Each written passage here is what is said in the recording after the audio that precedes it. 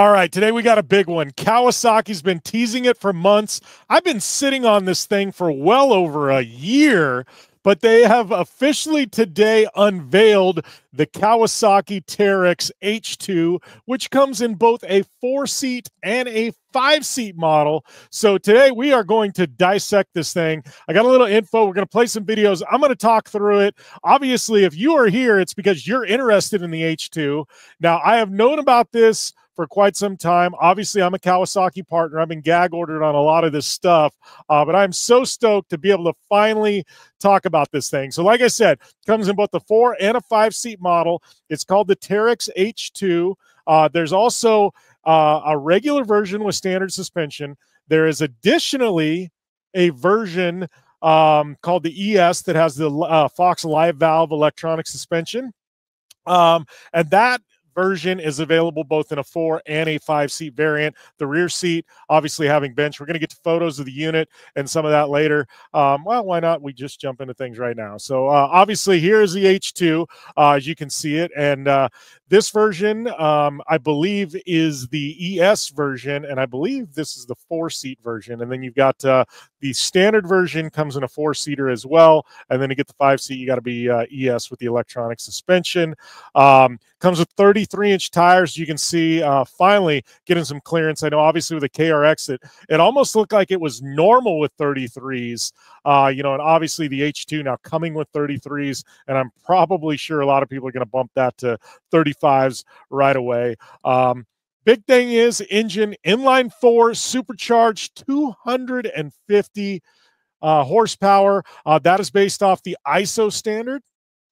ISO standard is more of a foreign, pretty much everywhere in the world, other than the United States, goes by ISO standard. We go by SAE standard here.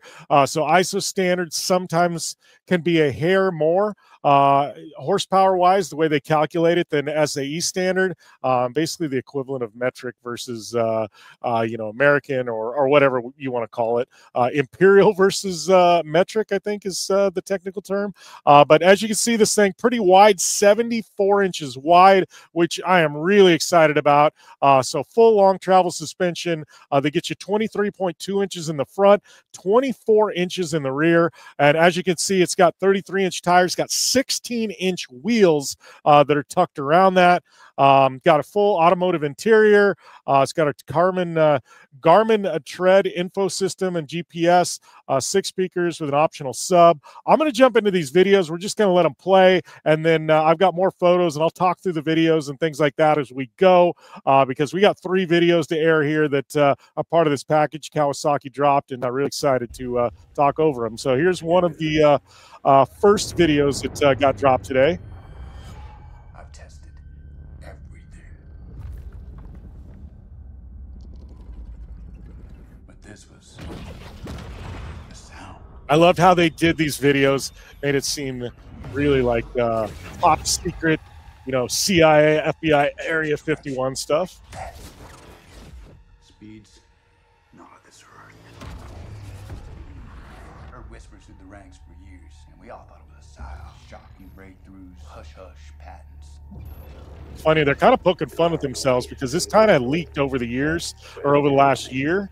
And it's funny that they're talking about this hush-hush this, and we had patent stuff leaking, and obviously saw Carson Wernemont run a variant of this earlier this year at one of the desert races. So it's kind of fun. They're poking fun at themselves.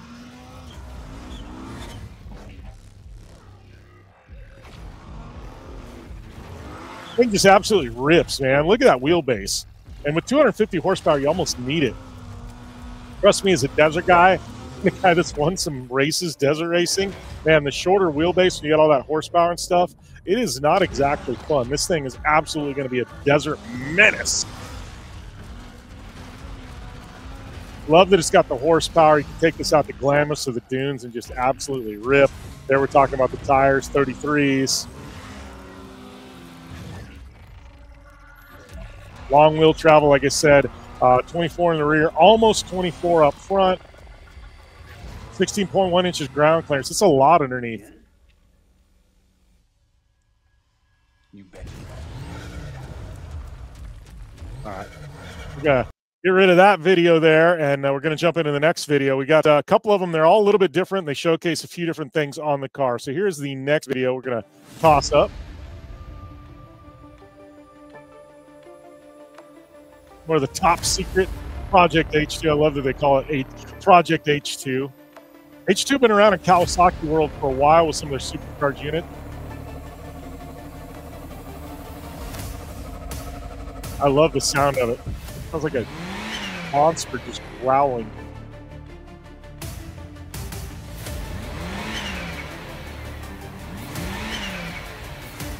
Kawasaki reserves that river mark, as you saw on the hood.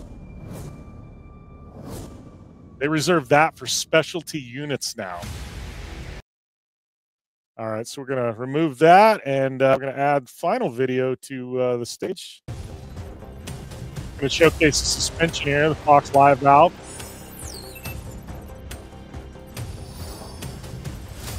So the tech system that's been around with Kawasaki since the KRX, and when they brought that out with the electronically controlled suspension.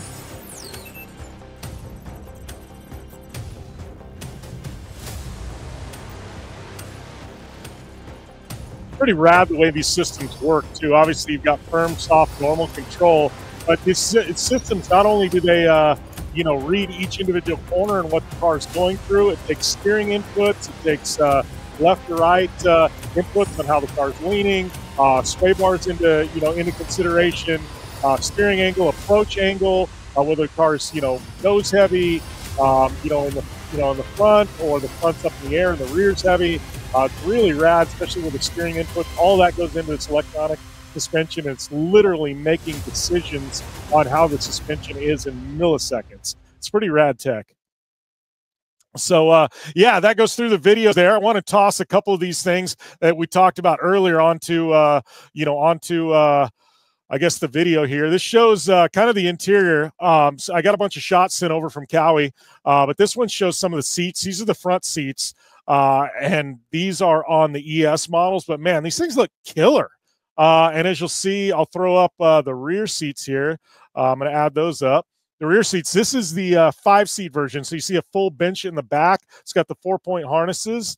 But man, these things, a lot of people, one of the first things you do when you get a side-by-side, you replace the seats. Look at these going. Probably not going to be many people replacing these. These things look killer. But these are going to be found on the ES version, and then there's a little bit different version that are all black. That come on the standard suspension version. Also, mentioned automotive style interior. To me, this was an awesome one. Cowie's had some really kind of refined interiors over the years, but you take a look at this and look at that. I mean, those door panels look like they're straight out of a brand new, say, Ford F-150. I mean, these are just a beautiful job Cowie did with the interior. And as I throw up the next picture, you're really going to get a chance to see. I mean, you got that huge Garmin infotainment system, right in the center. You've got a big flat screen in front of the driver as well. Looks like a gated shifter, and I believe the grab handle is adjustable as well. But totally refined. You can see on the dash right there in the center. Kawasaki's got a place where you put your switches when you put external light bars, things like that. I know the stereo system in this thing, I believe, is 6 speakers, one in each door, and then it's got a couple of tweeters that you can see up on the dash.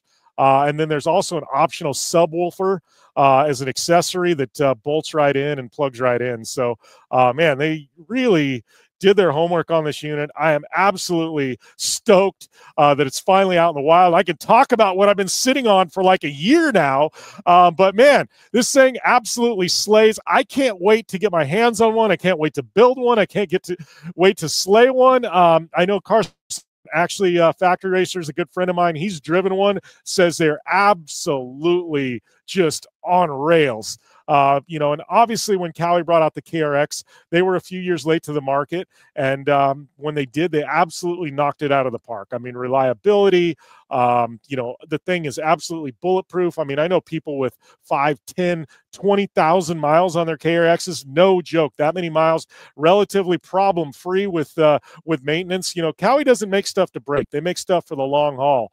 And you know, these things, you know, when you're starting to invest mid 30s to 40 plus $1,000 on a side by side, man, you want to know this thing's going to be with you for a while. Cowie traditionally has been really awesome with the way they've handled things and the reliability of their units. So I am absolutely stoked. Can't wait to get my hands on one and get my personal one and be able to build this thing out. And man, thank you guys for tuning in. Chime in the comments if you got any questions. I'll try and get to those anytime I can. And man, if you've got any ideas on what you'd like to see me build when I actually do one, yes, hit me up there as well. And if you're so kindly, make sure and hit that subscribe button down there. And man, let's enjoy the adventure. This is going to be a fun side by side that Kawasaki just launched, and I'm really excited about it. So yeah, see you next time.